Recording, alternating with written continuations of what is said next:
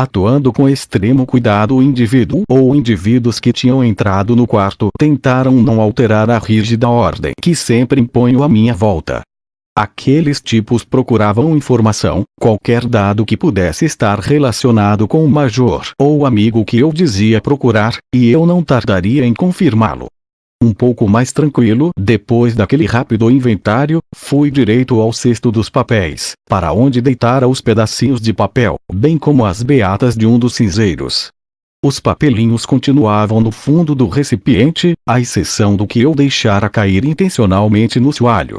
Este, num lamentável erro do agente, foi encontrado por mim no fundo do cesto, junto dos seus irmãos. Conhecendo como conheço os serviços de espionagem, sabia que uma das coisas que sempre veem são, precisamente, os cestos dos papéis. A armadilha dera resultado.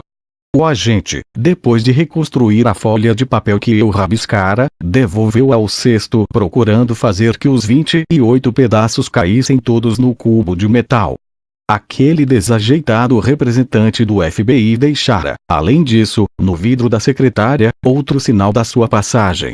Como o leitor ter imaginado, o fato de despejar um dos cinzeiros no cesto dos papéis, e, mais concretamente, por cima dos papelinhos, não foi um gesto de asseio. Embora possa ser essa a primeira impressão, aquela manobra foi perfeitamente calculada. E, agora, ao examinar o vidro, em cima do qual, com toda a evidência, fora minuciosamente reconstruída a folha de papel, não tardei em detectar a pista do intruso. Ao juntar os pedacinhos de papel, o agente não se acautelou e uma porção de cinza mínima, mas suficiente para o que eu pretendia caíra em cima do vidro da mesa.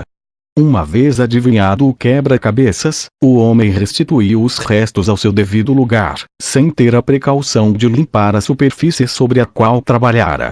Com a ajuda de uma minúscula lupa, a Agfalup 8X, que sempre me acompanha e é de grande utilidade no exame de diapositivos, localizei imediatamente numerosas partículas branco-acinzentadas, que não eram mais que parte da cinza com que cobrira os papelinhos. Se os agentes, como era fácil supor, tinham tomado devida nota do que estava escrito na folha, havia uma grande probabilidade de que caíssem em nova armadilha, antes de me deitar, e prevendo que o meu telefone estivesse sob escuta, marquei o número do consulado espanhol. Disse à pessoa que me atendeu que era amigo do Sr. Garzón, conselheiro da informação, e pedi para lhe transmitir que eu telefonaria no dia seguinte, às 13 horas. Desta forma, e na mais que provável suposição de a minha conversa ter sido gravada, o FBI recebia assim a confirmação daquilo que, sem dúvida, lera no meu quarto. Deixei a mala praticamente feita e preparei-me para descansar. Mas ao ir lavar os dentes tive outra surpresa. Aqueles malditos agentes tinham furado, de lado a lado e em 3 sítios, a bisnaga da pasta dentrífica. O tubo de creme de barbear, tal como temia, estava igualmente furado. De que foram capazes e que mais surpresas me reservam esses gorilas? Interroguei-me, inquieto. Naquela noite, a cautela, pus a corrente de segurança e escorei a porta com a única cadeira do quarto. Como última precaução, decidi não descolar os documentos do peito e das costas. Contrariamente ao que imaginava, aquela incômoda carga não foi obstáculo a que o sono acabasse por me vencer. Tinha graça. Era a primeira vez que dormia com um alto segredo no estômago. De acordo com o plano estabelecido na tarde anterior na sede da agência de notícias F, pelas 10 em ponto da manhã de sexta-feira, entreguei a chave do meu quarto na recepção, dirigindo-me em seguida para um dos táxis que esperavam à porta do hotel. Depois de tomar o pequeno almoço no quarto, voltei a encher os tubos de cartão com parte da minha roupa suja, lenços e sapatos, fundamentalmente, fechando-os novamente e escrevendo em cada um deles o meu apelido, nomes, e direção na Biscaia. E ainda que o tempo em Washington D.C. estivesse fresco e com sol, vesti uma gabardina amarela clara. Com as máquinas fotográficas ao ombro e os cilindros do major nas mãos, meti-me num táxi, pedindo ao motorista que me levasse a uma post office, a central dos correios da cidade. Se o FBI seguia os meus movimentos, aqueles canudos e o meu colega jornalista iam ajudar-me a pregar-lhes uma boa rasteira.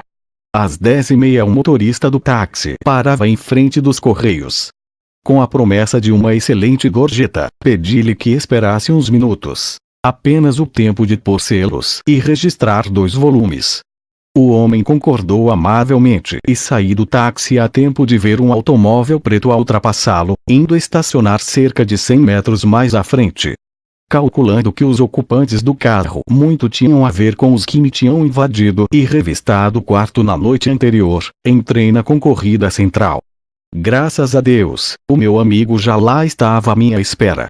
A toda velocidade, e ante os olhos atônitos de uma mocinha que preenchia não sei que impressos na mesma mesa onde me encontrara com o repórter da F, despi a gabardina e passei-a ao meu colega. Escrevi a matrícula do táxi num dos formulários que se alinhavam nos cacifos e, ao entregar-lhe o papel, avisei-o, em castelhano, que tivesse cuidado com o automóvel preto. Cumprindo o plano previsto, o meu colega vestiu a gabardina, enquanto eu me misturava à multidão, caminhando para o balcão das encomendas postais. Se corresse tudo bem, dali a 5 minutos o jornalista ter-se-ia metido no táxi que esperava o meu regresso. Com a finalidade de tornar ainda mais difícil a sua identificação, pedira-lhe que trouxesse uma bolsa parecida com aquela que eu habitualmente trazia. Quando o funcionário dos Correios guardou os canudos de cartão, dirigi-me para a porta e, do limiar, verifiquei que o táxi e o automóvel preto tinham desaparecido. Sem perder um minuto, encaminhei-me para a boca do metro de Gallery Place. Dali, seguindo a linha Macpherson Farragut West, reapareci na estação de Fogibottom. Eram 11h30. 1 hora depois, outro táxi deixava-me no Aeroporto Nacional de Washington. Ou muito me enganava, ou os agentes do FBI estavam quase a enfiar um grande barrete. Pelas 13h25 daquela agitada manhã, o voo 104 da companhia BN arrancava-me, por fim, da capital federal. Dificilmente posso descrever aquelas últimas 4 horas no aeroporto de Nova York. Se o meu amigo não fosse capaz de enganar os teimosos agentes norte-americanos, a minha segurança e, o que era muito pior, o meu tesouro tinha corrido grave risco. Às 4h, tal como tínhamos combinado, marquei o número de telefone da F em Washington. O meu cúmplice, a quem nunca poderei agradecer devidamente a sua audácia e cooperação, saudou-me com a contrassenha que só eu e ele conhecíamos.